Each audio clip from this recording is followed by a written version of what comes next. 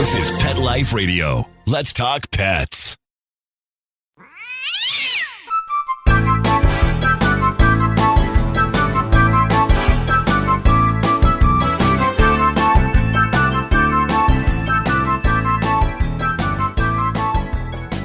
Hey there, cat lovers. Welcome to 9 Lives with Dr. Cat. I'm your host, Dr. Catherine Prim, and I'm a practicing veterinarian and longtime cat lover. So as sort of my focus of this show, I like to provide my cat-loving listeners with resources and to educate them about ways to keep cats happy and healthy, and that's kind of been a theme. Today, I want to introduce my listeners to a resource that you might not have ever heard of that can help you make better choices about parasites and your pet. And it is called the Companion Animal Parasite Council. And I have Dr. Rick Marrinson with me today to kind of explain to us what CAPC is and really educate us on why parasites are so important to all of us. So we'll be right back after these messages. Take a bite out of your competition. Advertise your business with an ad in Pet Life Radio podcasts and radio shows. There's no other pet-related media that is as large and reaches more pet parents and pet lovers than Pet Life Radio. With over 7 million monthly listeners, Pet Life Radio podcasts are available on all major podcast platforms. And our live radio stream goes out to over 250 million subscribers on iHeartRadio, radio.com, TuneIn, Stitcher, and other streaming apps. For more information on how you can advertise on the #1 pet podcast and radio network, visit PetLifeRadio.com/advertise today. Let's Talk Pets on PetLifeRadio.com.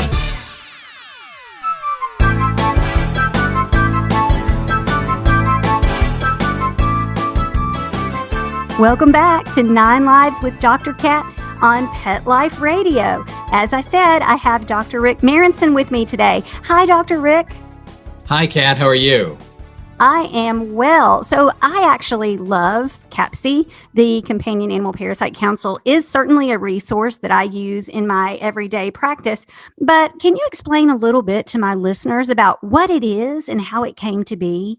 That is a really, really great question. So the Companion Animal Parasite Council began back in the early 2000s. It was originally a brainchild of Novartis Animal Health, which ironically no longer exists. And the idea was to bring together a board of parasitologists, of practicing veterinarians, of sometimes other types of healthcare professionals, anything that would be in the realm of parasites that could affect animals and or their families. And our mission was to create that resource for veterinarians and for the pet owning public that they could refer to for the identification, the treatment, and most importantly, the prevention and testing for parasites.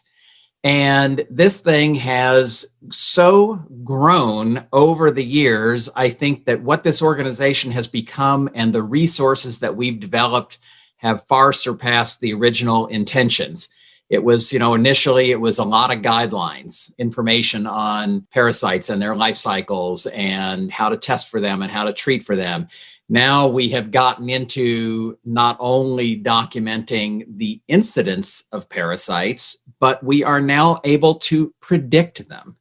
And because we have been successful at this mapping and prediction process, we have even begun to use those tools to branch out into some non-parasitic diseases, just simply because we can. It's become such a successful resource that our pharmaceutical partners are clamoring for this information to be presented in a lot of different ways. So it's a multifaceted organization. I am a general practitioner and have been on the board for the past 6 or 7 years, and I am honored right now to be serving as the president of the board. Wow, that's really great. So I tell my clients a lot about the zoonotic risk of parasites. And that's why I think that parasites are important. One of the reasons. But can you talk to us a little bit about why you think that parasites in pets is important for us to know about? I think it's an incredible thing that I suppose my initial focus, and it really flowed downstream from there, but my initial focus being a practitioner in the Central Florida area, when I first became a veterinarian, fleas were just an unbelievable threat to our pets. There was not a week that went by that we did not have at least one dog and one cat that we would have to be giving a blood transfusion to them because they were so anemic from fleas. We had pet families bringing in their cats and dogs looking to euthanize them because they could not control their flea populations. And it's ironic now that my clients, if they see one flea, they call me freaking out, which tells you how much we've advanced in that care. But I recognized how much that parasite became an impediment in the relationship between the pet parent and that pet, and how important it was to give people solutions to take care of that particular problem. Fleas are just the one thing that people see. That doesn't even take into account the internal parasites that are often out of sight, out of mind, and very often can have that zoonotic potential. There are issues that can go from the pet to the family, particularly children in the household. So one of the biggest jobs veterinarians should be doing is educating people on how to protect themselves and to protect their pets, and parasites are just a huge part of that. I completely agree with you. It's funny that fleas can come to the forefront. Like if I have a client that has to choose between heartworm preventative or something like that and flea control, they'll pick flea control because fleas are just, I don't know, they're like our poster child or something. I love them and hate them at the same time. Yeah, they're just such a tenacious creature. People joke about how the roaches will be here long after mankind is done. I'm sure fleas are going to be right there with them. And it has really been a challenge to stay ahead of the curve on not only how to, prevent them on the animals, how to keep them out of the environment, how to stop an infestation, the amount of misinformation that's out there that, especially at the age of the internet where people can go and look up a lot of things that may not be the best solution. So again, veterinarians are still at the forefront of trying to disseminate the good information, to educate people, to get the right tools in their hands. And hopefully CAPC is a big part of that effort. Yeah, I want to get back to that and tell my listeners how they can use these resources and stuff. But I want to ask you a few more questions too. Do you think that cat owners specifically blow off protection from parasites? There is something about an animal that, because it lives, more and more as a protected indoor pet, right? I mean, there were days in my career where there were a lot of cats that were indoor outdoor, and still there's, a fair number of those, but more and more they are coming to live strictly inside of our homes. And somehow in people's minds that translates that parasites are no longer a risk. And so another perfect example of where some education can go a long way to make sure we're taking the best care of those kitties. Yeah, I agree. I was going to say, what about indoor cats? I hear a lot when I'm seeing a cat for a flea allergy, maybe they'll say, but she lives inside. So I'm sure that in Florida, you have a similar experience. Exactly. And, cats, they're so fastidious. They clean themselves so well.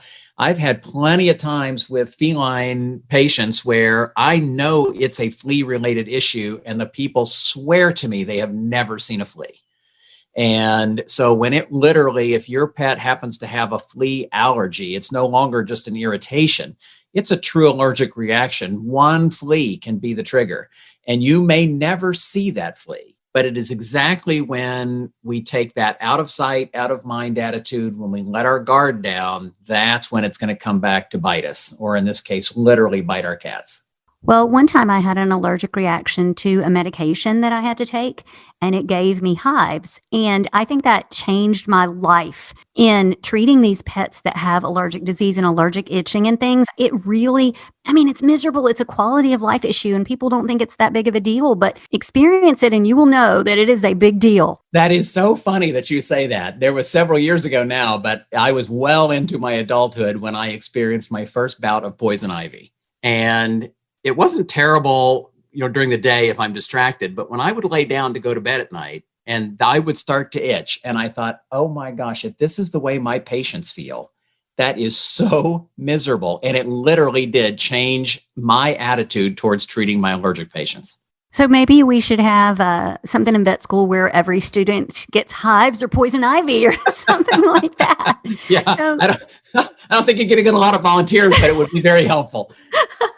so what about the wintertime? I mean, I live in Tennessee, you live in Florida, and I still get pushback from clients occasionally saying that they don't need to do parasite control in the wintertime. But do you have an opinion on that? There is no question, and every bit of research supports this, and that is parasites are a year-round issue. And there's very rare places where it becomes so cold for such a continuous length of time that parasites literally become dormant. And when you talk about the environment inside of your home that is climate controlled, humidity controlled, pretty much the same range of temperature all year long, take those fleas again. If you have an issue with fleas getting into your house, they don't care what temperature it is outside. They're going to be an issue in your home. And all it takes is 2 fleas to get in to become 2,000. One of the prized possessions of one of the parasitologists on our board who practices where he teaches at Cornell, so upstate New York, exceedingly cold wintertime. He has a photograph of a mosquito on the wall of his home that somebody found during one of their Christmas gatherings. The whole family was there and they were like, "Dad, come and look at this." And there was a mosquito on the wall in their house in the middle of winter in upstate New York. So it's really never a good time to let that guard down. And it's just much easier to stay in compliance and stay in the habit and do your parasite prevention all year long.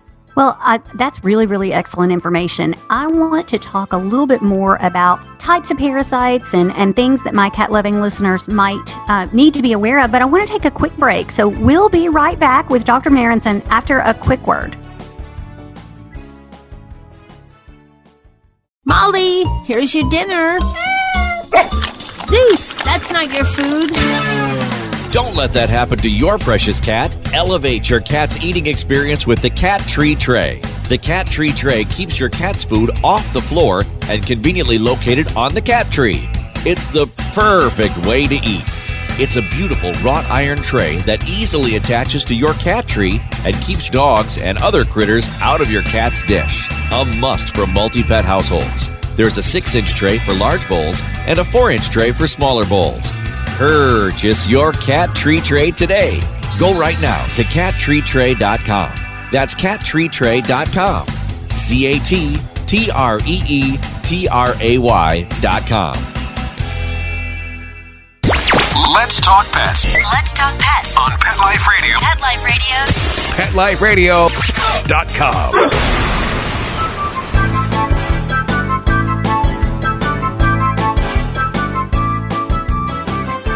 Welcome back to 9 Lives with Dr. Cat on Pet Life Radio. Dr. Rick Marrinson and I are talking about parasites and why people with indoor-only cats in the dead of winter still need to know about parasites. And I wanted to go over with you a little bit what we exactly mean about parasites. We talked about fleas, but there are tons of parasites that CAPC talks about and educates about. So let's talk about some of the other ones. So fleas are probably just the most well-known example. And again, because it's something clients can visually see and sometimes are even affected by directly by themselves.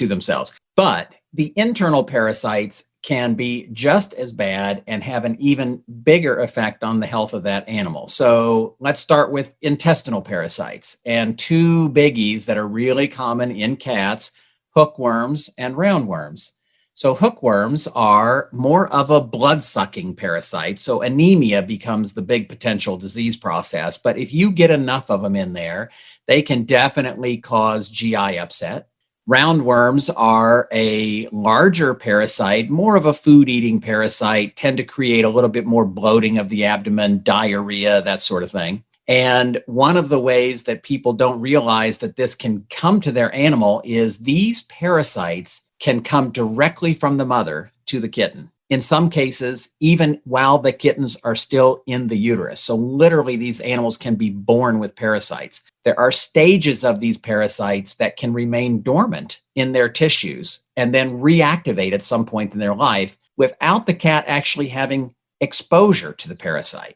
So you have to stay vigilant. A few of these parasites can be terrible. And if you have young children in the house, even more important, one of the most common causes of blindness in children under the age of 5 in the United States is roundworms that kids can catch from their pet. So it's not just about your dog or your cat. It truly is about protecting your whole family. Okay, so there's this little app or whatever on my phone, and it does like a round of applause. And so I put it on when I do my workout or whatever. My phone goes, yay! And I wish I could play it for you right now because yay! I mean, how many times have my staff and I heard somebody say, well, they dewormed her as a kitten and she has been inside ever since. And I still feel like we need to be checking those fecal samples.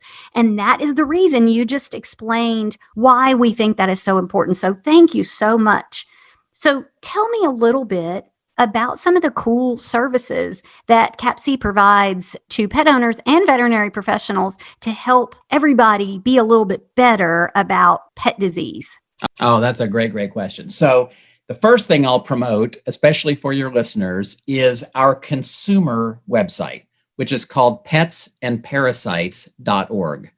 Pets and Parasites, one long word, no separations, no dots, petsandparasites.org. This is information that is presented in a way that's really meant for the pet family to be able to understand and to look up information and to find additional resources that you can use. CAPC as an organization, again, our initial thing that we promoted was what we call our guidelines, which was really more of a reference for veterinarians and veterinary students looking up a parasite, learning about its life cycle, learning how it becomes infectious, how to diagnose it, how to treat it. Then we got into a resource, and you can find this on Pets and Parasites. We call them our prevalence maps, where you can go to your state down to your county level, and you can look at what the number of dogs, cats, heartworms, hookworms, roundworms, whipworms, all these different parasites, how many animals in your county have been diagnosed with that. And you can do it by month. You can go back for years. I think we've got data going back to maybe 2012.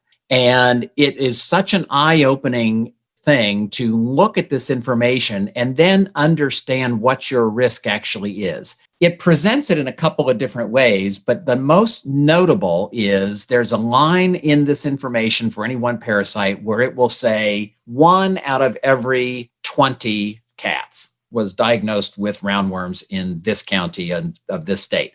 And so from the veterinarian standpoint, that makes me think that for every 20 cats that walk into my practice, one of them is going to have a parasite. So which one am I going to choose to ignore or choose to let suffer or put a family at risk? You don't know that ahead of time. You've got to test them all. So testing is incredibly important. And that prevalence map really brings that home because it's telling you historically what has existed in your area. So it's a phenomenal tool. Then because those maps were so successful, we thought, what if we take all this information we know about parasites and see if we could predict what they're going to do? So we teamed up with teams of mathematicians from Clemson. We came up with all of this creative data. Some of it's climate, some of it has to do with laboratory numbers, some of it has to do with socioeconomics, just some really interesting data, and fed these into mathematical equations that are far beyond my pay grade to understand. And they were able to take this and populate maps so that now we're not talking about what happened last month or last year or 5 years ago. We're predicting for this next year, what is going to be the risk to your animal in your area? And initially, it was such new science that even some of the people on the board could not believe what we were seeing, especially with some of the tick-borne diseases. Lyme disease is a really good example. Everybody's heard of Lyme disease. It's a disease carried by ticks. It's a bacteria. It started in the Northeast. It's slowly spreading to other places. And our initial maps predicted that it was going to go south, places down into Ohio and Tennessee and perhaps into Kentucky, places where it had not yet been identified. And we had parasitologists on our board that pushed back on that and said, this can't be right. We do not see Lyme disease in those areas. Well, again, this was a prediction. And sure enough, it came true. As we have taken our predictive maps and looked at them then in arrears, what has happened with the actuality of it, we're proving more than a 90% accuracy on the prediction of those maps. So looking ahead to forecasting of all kinds of different parasites, it has been a super interesting journey. It allows people to understand what's going to happen in their area and make a better plan for their pet. And it also helps build trust in their veterinarian who has all along been telling them that they need to do these things. So I love it. And actually, I don't know if it is set up this way for pet owners, but I know that it emails me with alerts and maps and things so that I can keep tabs on the pets in my area. So is that available for pet owners too? So there are some alerts that are available that way. You can kind of do it in two ways. I think most of those alerts that you're talking about should come through the veterinarian. And the idea is that the veterinarian signs up for their county, perhaps even surrounding counties if you're in an area with lower population and your practice might draw in people from multiple counties. You get an alert every month about what the incidence of parasites have been. And then you should turn around as a veterinarian and broadcast that out to your clients through email, through your social media. You can put up a whiteboard in your practice, however you want to tell people, hey, let's just not forget about this. You know, veterinary medicine has become so involved and so technical, and there's so much to know and to do. And just like the rest of life, sometimes you can get distracted and let your guard down for some of the most important things. And that tool of getting that alert, knowing what the numbers are, is such a good reminder to keep that emphasis in front of your clients all the time to remind them of how important parasite prevention is. Okay, so I have something interesting also to ask you. I want to know, how has COVID impacted parasite control in vet care? And if you have any ideas for ways to kind of address the changes that COVID has brought. Oh my gosh. Well, what did COVID not affect in this past year? At the beginning of the pandemic, there was so much uncertainty and so much unknown, and rightly so, a lot of fear. I know in my practice in 2020, March, April, maybe somewhat into May, we saw a tremendous drop off in visits from our pet families simply because there was so much uncertainty and fear. We didn't know how to protect ourselves. We couldn't get out in public. And one of the bad things that happened then is that a large number of pets that were scheduled for their annual preventive care during that part of the year kind of got lost. They didn't come in, and after a certain point in time, medical software kind of stops reminding people. And the worry was that those pets were going to now be sort of neglected. You're going to fall off the map and not get in for your routine care, routine parasite testing, and to stay on your parasite prevention. Now, as it progressed and we started getting a handle on how to do it, I don't know if in your practice you're still doing it, but we are still curbside. It's a rare situation that we allow clients to come into the building still at this point. Really sensitive, emotional things like euthanasia, we find a way to make that work. But for the most part, people pull up, call us, tell us they're there. We go out, bring the pet in, we do the work, we get on the phone, we talk to the client, we bring the pet back out. And we've become very accustomed to this routine. So as we got that down, as we figured out how to do that, then suddenly we saw a lot of those animals that were lost in March and April came in now in August and September. Now, not only now are they delayed in their care, but it began to overwhelm some of our schedules. And we often became so busy that it became difficult to maintain the standards of care that I like to give to my patients and my families in my practice.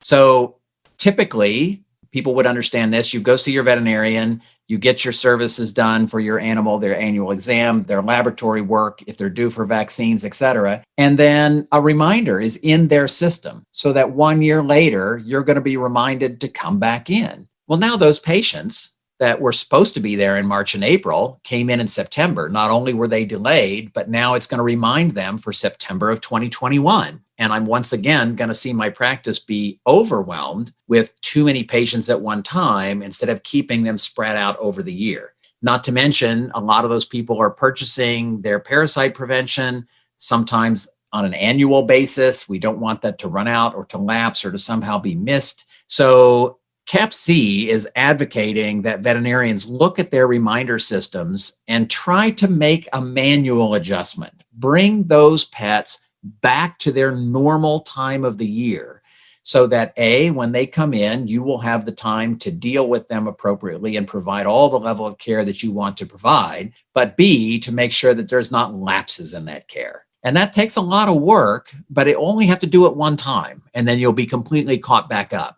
You don't want to come around to 2021 and then suddenly see a lapse during that period of time again, only to feel overwhelmed again later in the year. So it's good for the pet owner and it's good for the practice. I agree. We are all still curbside as well. And we've even found a way to make euthanasias and things doable outside under a cover because my area our numbers have been so frightening. But we did go through a lot of our records and sent kind of an email blast about the parasite protection and making sure not missed. And, we've kind of been trying. This is a really good idea. So for all my listeners out there, if your cat was supposed to be on an annual cycle in March or April, maybe even May, go ahead and get in and get things back on the schedule that it should be so that there is no lapse. That is really, really good advice. Thank you, Dr. Marrinson.